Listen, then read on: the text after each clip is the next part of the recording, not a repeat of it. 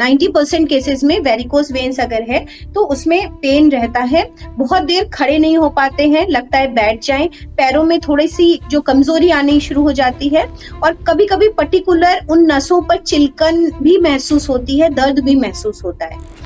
इन 3-4 चिकित्सा पद्धतियों को मिला करके हम वेरिकोस वेन्स को काफी हद तक 60-70% तक ठीक कर ले जाते हैं।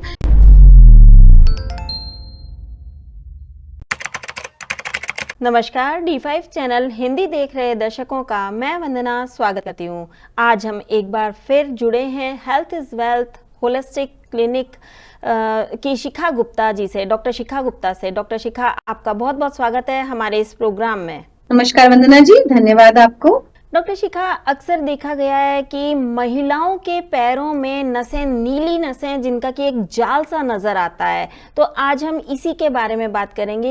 ये जो जाल होता है ये क्यों बनता है, इसके होने के क्या कारण होते हैं और इससे कैसे छुटकारा पाया जा सकता है, क्या इसमें और क्या परेशानियां आगे हो सकती हैं या कौन सी और बीमारियां हो सकती हैं, ये किस वजह से होता है, इन सभी बातों पर हम आज चर्चा करेंगे। तो आप हमें सबसे पहले ये बताइए कि जो ये जाल नसों का, नीली नसों का जाल जो पैरों में दिखाई देता है, खास तौर से, वैसे तो ये शरीर के किसी भी हिस्से पर हो सकता है पर पैरों में ये ज्यादा दिखाई देता है।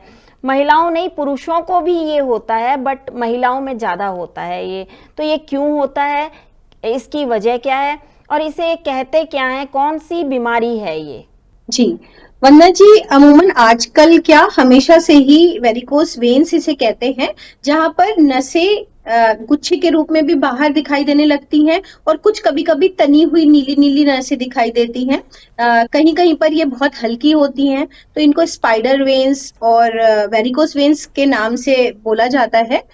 होता क्या है कि जब हमारी जो वेन्स हैं उनमें वॉल्व लगे होते हैं, वॉल्व्स होते हैं जिससे ब्लड ऊपर जाना है कि नीचे जाना है वो मैनेज होता है। सारी आर्टरीज और वेन्स में वॉल्व्स होते हैं। जब उन वॉल्व्स में खराबी आ जाती है और वो अपना फंक्शन खो देते हैं, खराब हो जाते हैं, तो वहीं पर ब्लड इकट्ठा हो जाता है और इकट्ठा होकर के वो ब्लू ब्लू कलर का और नसों के रूप में, गुच्छे के रूप में आ जाता है, क्योंकि वो वॉल्व प्रॉपर काम नहीं कर रहे हैं, इसलिए वो इस तरीके से दिखाई देती हैं। डॉक्टर शिखा, ये बताइए कि जब किसी को वेरिकोस वेन हो जाता है तो क्या उसे क्या क्या तकलीफ होती है या पता कैसे चलता है कि वेरिकोस वेन हो गई है? क्या उनको दर्द भी होता है? जी, बहुत सारे समय तो दर्द होता है। 90% केसेस में वेरिकोस वेन्स अगर है तो उसमें पेन रहता है, बहुत देर खड़े नहीं हो पाते हैं, लगता है बैठ जाएं, पैरों में थोड़ी सी जो कमजोरी आनी शुरू हो जाती है और कभी कभी पर्टिकुलर उन नसों पर चिलकन भी महसूस होती है, दर्द भी महसूस होता है। किसी को वेरिकोस वेन्स हो जाता है तो आगे और कौन सी बीमारियां हो सकती हैं अगर इसका ध्यान ना रखा जाए तो? अमूमन तो ये ही बहुत बड़े रूप में फैल जाती हैं, जो कि बहुत दिखने में भी दिक्कत कर रहा है और आपका दर्द और जलन भी बढ़ता जा रहा है। तो ये बड़ी बड़ी गहरी समस्या हो जाती है कि नसों के गुच्छे बाहर निकल आए हैं, दर्द बहुत ज्यादा है, पैर में कमजोरी आ रही है और ये कभी कभी जब बहुत ज्यादा इकट्ठा हो जाएगा ब्लड तो फट जाएंगी। तो इसका बहुत ध्यान रखना चाहिए। ठीक ना हो पाए तो भी डेली इनका अगर प्रॉपर मैनेजमेंट किया जाए तो आप उसको वहीं पर रोक सकते हैं। इसका क्या इलाज है, मतलब नेचुरोपैथी में इसे किस तरीके से ठीक किया जा सकता है? उसके पहले हम ये जानना चाहेंगे कि ये क्यों हुआ है। अगर हम ये जाने तो हम वो काम ना करें। तो सबसे पहली बात कि आप बहुत लंबे समय तक खड़े ना रहें और बहुत लंबे समय तक बैठे ना रहें। अमूमन जो मैं बोल रही हूँ ये मेटाबॉलिज्म की दृष्टि से, स्वास्थ्य की दृष्टि से, जीवन शैली की दृष्टि से बहुत जरूरी है। पर जिस व्यक्ति में ये लक्षण पाए जा रहे हैं, क्योंकि मेरे पास भी जो लोग आते हैं इसको लेकर के मैक्सिमम महिलाएं होती हैं जैसा कि आपने बताया, पर पुरुष वर्ग भी है, लेकिन वो वही है जो बहुत बार खड़े, पूरे दिन खड़े रहते हैं, वो उनका स्टैंडिंग जॉब ही है इसलिए। और कभी कभी जो पूरे दिन बैठी हुई महिलाएं हैं उनको होता है। तो इसका मतलब है कि सबसे बड़ा प्रॉब्लम है कि आपके पैरों का मूवमेंट ना होना, आपका खुद का मूवमेंट ना होना। और रही बात, डिफिशियंसी भी एक कारण है, विटामिन डी डिफिशियंसी भी एक कारण होता है। तो विटामिन डी का लेवल एप्रोप्रिएट होना चाहिए, इसका भी ध्यान रखें। प्राकृतिक चिकित्सा की बात करें तो प्राकृतिक चिकित्सा में वेरिकोस वेन्स के लिए हम थोड़ी थोड़ी अच्छी टेक्निक्स अप्लाई करते हैं, जिनके रिजल्ट्स अभी तक अच्छे आए हैं, मैं बताना चाहूंगी, और वो आप घर पे भी आप सभी करेंगे तो आपको फायदा होगा। एक ट्रीटमेंट है लेग गश। लेग बोलते हैं कि जब आप वॉक पे जा रहे हैं और वॉक से लौट रहे हैं, टहलने जाने से पहले तुरंत और टहल कर आने के बाद तुरंत आप अपने घुटनों से नीचे पैरों में, अमूमन जांघों में भी दिखती है वेरिकोस वेन्स, बाकी शरीर में भी दिखते हैं, लेकिन सबसे ज्यादा जो है वो घुटने के पीछे और पिंडलियों का हिस्सा है, और थोड़ा बहुत एंकल्स का हिस्सा कवर होता है, जितना मैंने अभी तक पेशेंट्स को जाना है, समझा है। इसमें आप अगर पानी 2 मिनट तक पानी डालें, ठंडा ताजा पानी, आप जो टैप लगा हुआ है आपका क्यारी में बाहर, उसी टैप से आप 2 मिनट तक अगर अपने पैरों पे नीचे पानी की धार डालते जाएं या मग से पानी डालते जाएं, तो वो आपको बहुत आराम देती हैं, रिलैक्स हो जाती हैं। ये हो गया इंस्टेंट रिलीफ के लिए, और आप थके ना और आप टहलने जा पाए, ये इसका चिकित्सा हो गई।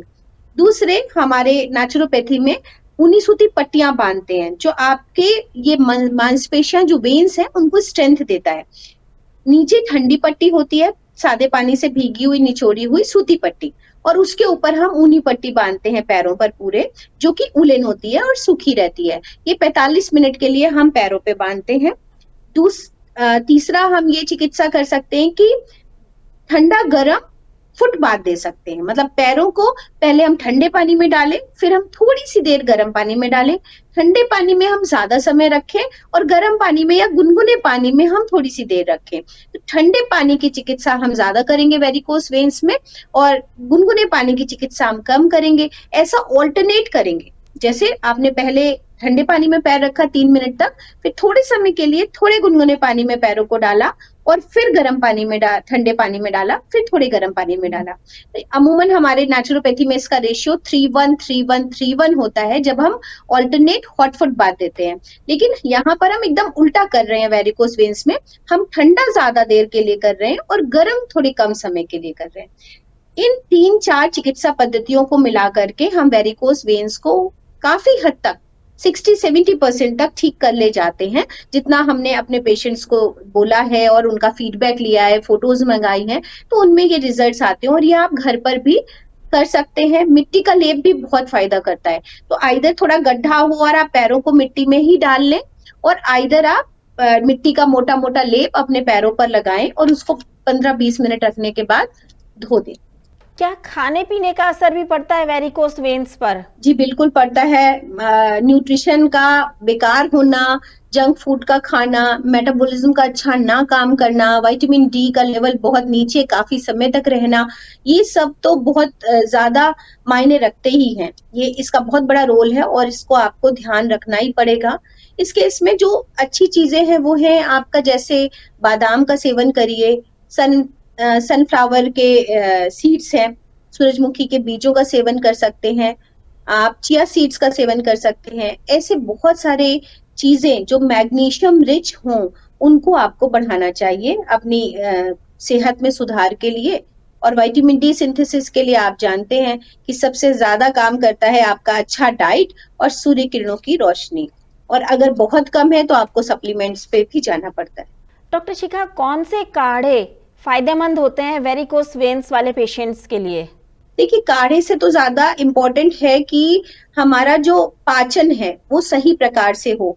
जितना मैंने देखा कि महिलाएं बहुत ज्यादा खाना खा रही होती हैं, तो जब हम काउंसिल करते हैं तो वो 3 बार खाना खा रही होती हैं, उसको मैं 2 बार करवा देती हूँ। 2 बार ही पका हुआ भोजन लेना है, तो तीसरी बार या फिर आपको सूप हम सजेस्ट करते हैं, और या फिर सुबह के समय हम सिर्फ फल खाने को सजेस्ट करते हैं। और बाकी जो हमने ये सीड्स बोले हैं, इसका एक बढ़िया न्यूट्रिशियस कतली, जिसमें या फिर गुड़ की बनी हुई हो या बगैर गुड़ की बनी हुई हो रोस्ट करके, वो आपको 2 खानी है, मतलब 4 चम्मच के आसपास आपकी बॉडी में रोज जाना चाहिए, जिससे आपका कैल्शियम, मैग्नीशियम, ये सब लेवल भी अप्रोप्रिएट रहे। ये इम्पोर्टेंट ज्यादा है कि भोजन जो है वो कम किया जाए और रात का भोजन हल्का किया जाए। इसमें कौन सी बातों का ज्यादा से ज्यादा ध्यान रखना चाहिए? सबसे पहले तो वंदना जी की बहुत देर लंबा समय तक खड़े नहीं रहना है और बहुत देर लंबे समय तक बैठना नहीं है लगातार।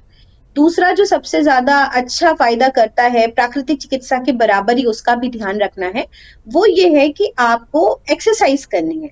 अब कौन सी एक्सरसाइज करनी है? पहली हो गई टो फ्लेक्शन, एंकल रोटेशन। तो आप अपने पंजों को सीधे खोल दें सामने और आगे पीछे करीब 50 बार तक करें। ऐसा सिर्फ एक बार नहीं कि सुबह सुबह कर लिया, आप सुबह दोपहर शाम करें। और दिन में 2 बार कम से कम आप अपने हिप्स को दीवार की तरफ लगा करके लेग रेजिंग करें, क्योंकि वॉल्व का प्रॉब्लम है ना, ब्लड क्लॉट हो रहा है, तो खून का दौरान हार्ट की तरफ भी वापस सही प्रकार से नहीं हो रहा है। वैसे तो सर्वांगासन भी फायदा करेगा, लेकिन हर कोई सर्वांगासन नहीं कर सकता। तो हम अपने पैरों को हिप एरिया तक नीचे लाएंगे और दीवार के सहारे अपने कमर से ऊपर के पैरों को 90 डिग्री पर खड़ा रखेंगे।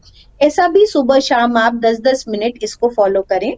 और तीसरा, जैसे आप खड़े हैं, अपने पैर को उठा के टेबल पे रख दें और पंजे को अपनी तरफ खींचें, तो पीछे की जो नसें हैं जहां पर वेरिकोस वेन्स है, उनमें तनाव आने के कारण उनको ताकत मिलेगी, स्ट्रेंथ आएगी। ये चीजों का खास ख्याल रखना चाहिए।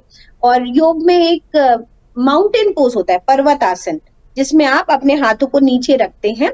तो पर्वत आसन भी बहुत अच्छा है, जहां पर मैं रिकमेंड करती हूँ कि इनिशियली 1-1 मिनट से लेकर के 2-3 मिनट तक होल्डिंग करनी चाहिए पर्वत आसन की। ये कुछ चीजें हैं जो आप अगर निरंतर करेंगे अभ्यास, तो आपके पैरों में ताकत आने लगेगी और वेरिकोस वेन्स भी कम होने की संभावना है। फर्दर वो आगे नहीं बढ़ेंगी और आपके शरीर को कोई नुकसान नहीं पहुंचाएंगी। डॉक्टर शिखा, हमारे कई दर्शक आपसे सीधा संपर्क करना चाहते हैं, तो उन्हें अपना एड्रेस और फोन नंबर जरूर बताएं। जी, मैं लखनऊ से health is wealth naturopathy clinic की डायरेक्टर। आपको मेरे से संपर्क ऑनलाइन ऑफलाइन दोनों हो सकता है। मेरा नंबर है 9793849333। स्वस्थ रहें, प्रसन्नचित्त रहें। डॉक्टर शिखा, हमसे जुड़ने के लिए आपका बहुत बहुत धन्यवाद। धन्यवाद वंदना जी। अगले एपिसोड में आपसे फिर मुलाकात होगी, तब तक के लिए नमस्कार।